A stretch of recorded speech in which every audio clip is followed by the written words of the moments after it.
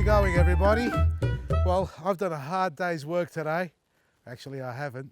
I've had a trusty helper come in and give me a hand cleaning out this bed. Now, this is our potato bed, and this year I really didn't get involved with growing potatoes. I really didn't give them a go or water them at all or anything, and you can see how it is. There's only been a couple that have come up, but we're going to talk about the soil here. Now, this soil once upon a time was rich and vibrant and full of microbial activity, life, and now at the moment it's just turned to dirt. And why I say it's turned to dirt is because we have not been hydrating it. So you may have the best soil in your garden or your veggie bed or wherever it is on your property. Without water, there's no life. And that's exactly what's happened here. A couple of days of rain here and there through the season has kept some of these plants alive. And the only things that grew here and brought in by Mother Nature were weeds. And we call them weeds because they fill in the gaps where we don't plant or look after. And they somehow know how to tolerate these conditions and say, well, if you're not going to do it, we're going to do it for you. So we allowed that to happen. Now, there's going to be a lot of weeds in here still as far as seeds are, and some of the roots are still here. I'm not inclined to turn this bed over because we still have a lot of spuds in here, be it all little baby ones. But what we're going to do is we're going to rejuvenate this and bring it to life like we've done next door and back to its former glory. Now, the young man over here, you can't see him, but he's a little legend there, mate.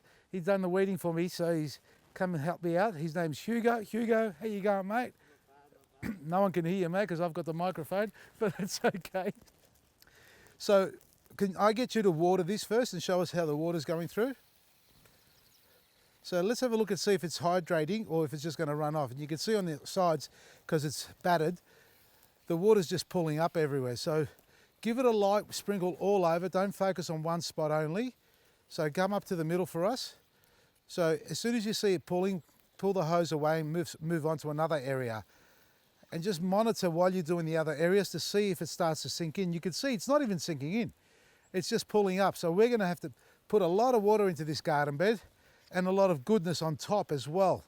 So the first thing that Hugo's doing is watering it for us. And while he's doing that, I'm going to top dress this with our black grit, folks.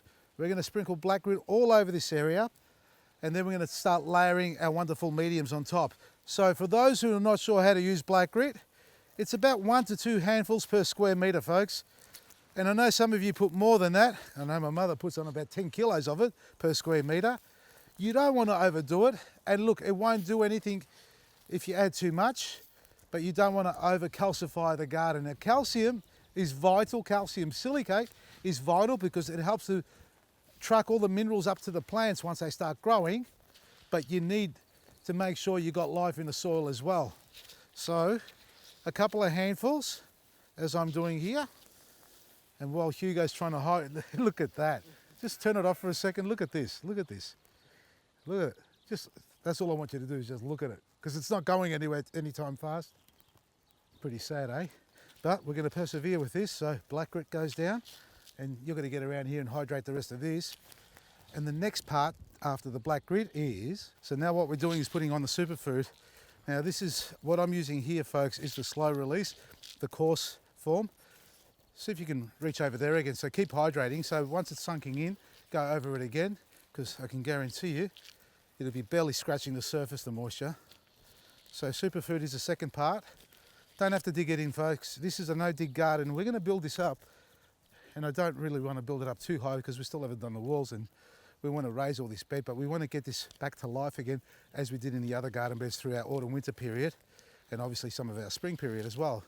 And you'll see the brassicas or the cabbages are gone nuts. They're bigger than a bowling ball. You want to know the secret to bigger flowers, better fruit and vegetables and leafy growth?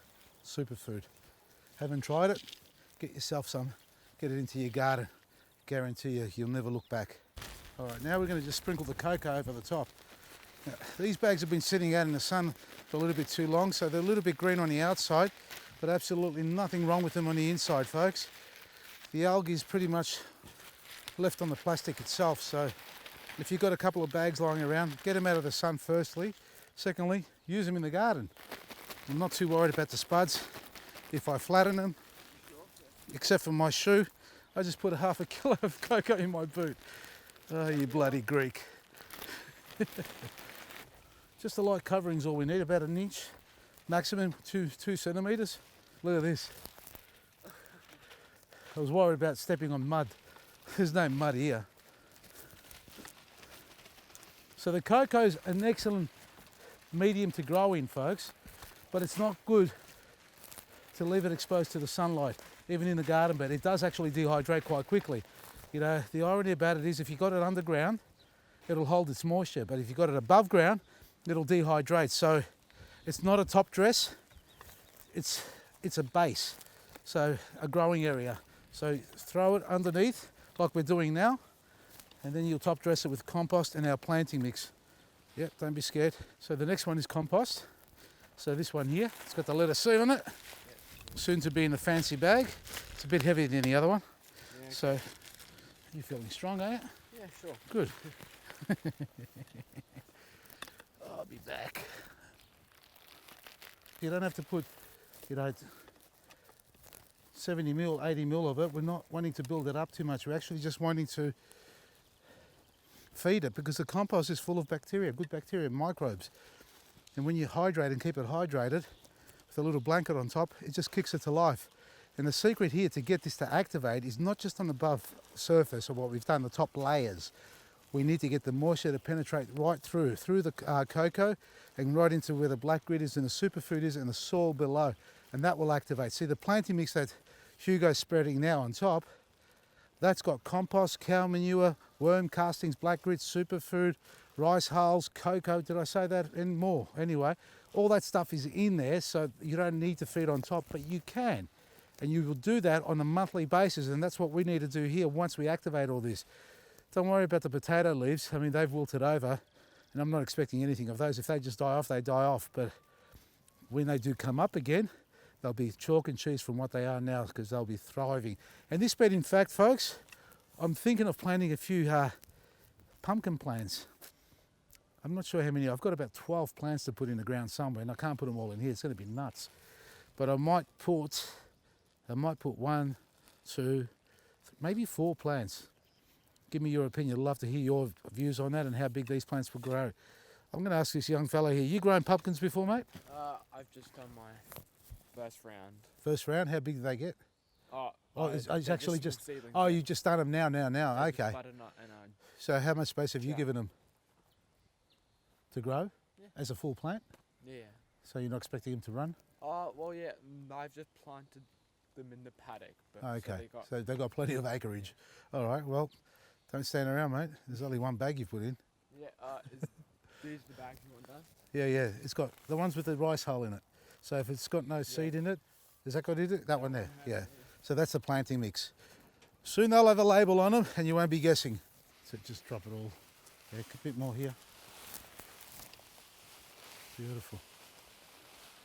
We're going to need one more bag. So we've just now finished putting the planting mix on top. And Hugo's giving it a light sprinkle of water just to activate it. And we're going to go over it a few times because we really need to soak this right through to the cocoa. And the first application, some of the mix is a little bit dry on the tips, but that's okay. But look at it, it's going to work. So turn it off for a second now. Just turn it off. Yeah, it's going down, you can see. Just in that corner, it's holding up a little bit there. And that's to be expected sometimes, especially when we've just put so many fresh layers on top. I'm just going to scratch this surface a little bit. You just keep going on the other side. I just want to see what's going on here. See, it's a little bit dry underneath. So whenever you're laying anything new, folks, if it looks wet on top, don't be deceived. You really got to hydrate it and get the pores to open up and absorb that moisture in there. And once it gets through, every time you hydrate, it'll go straight in. You won't have this trouble, but you don't want it to turn to dirt. That's the thing. This is beautiful organic matter. Once it starts to open up the pores and turn into a sponge and absorbs that moisture, it will hold it. And tomorrow we're going to come back and actually mulch this whole area. So we're going to do the mulch tomorrow with the activation. So it's not going to go straight on top dry, it's going to go on top wet. We're going to soak it and then add it to the surface of this. So that's the first coat. Just think of it like a paint job. I want about 6 coats, Hugo. Yeah. You've only done 1 coat. Yeah. And don't wait for it to dry. It's not like that sort of paint. It's a different type of paint. See, it's just soaking in beautifully now. Seriously, have a look at this. Look, come in here. You're not going to believe the amount of, I've just disturbed them. They've been feeding. Oh, there's a little slug in there. He can get out of here. There's another slug. See all these little slaters? Have a look at them. They're composting away. They're eating away at the mulch. They're breaking this down. And I haven't watered this bed for 2 days. And let me just get a handful of soil. Look at that. It's holding its shape and it just crumbles away beautifully. That's what you want. Now that's 2 days without water. And if I do that with a ground bed, this is the benefit of a raised bed, honestly. We want to try and achieve this on the ground level, and for some reason the ground dries up a lot quicker than these raised beds. We'll keep working on those there. How are we going, Hugo? Nearly done? Yeah, good, yeah. Well, folks, if you need to get yourself some compost and planting mix, go to our website, Vasili'sGarden.com. Pascoe Vale Garden Supplies, KC Gardens, Dandenong North, Marianth's Kitchen's got it, Oakley Produce has got it, Jung up in Horsham, Patchwork Jungles has got it as well. And I think there's another one there, but my apologies for forgetting, but it's available out there and soon to be in all good garden centres as well. But otherwise, go on our website for click and collect and get something to your garden. You're going to love it. Your plants are going to love it. Everyone's going to love it. And your produce is going to be full of nutritional density. Isn't that right, Vader? Hey? Hey, buddy? I love you, mate. Good boy. Vasili, adesso.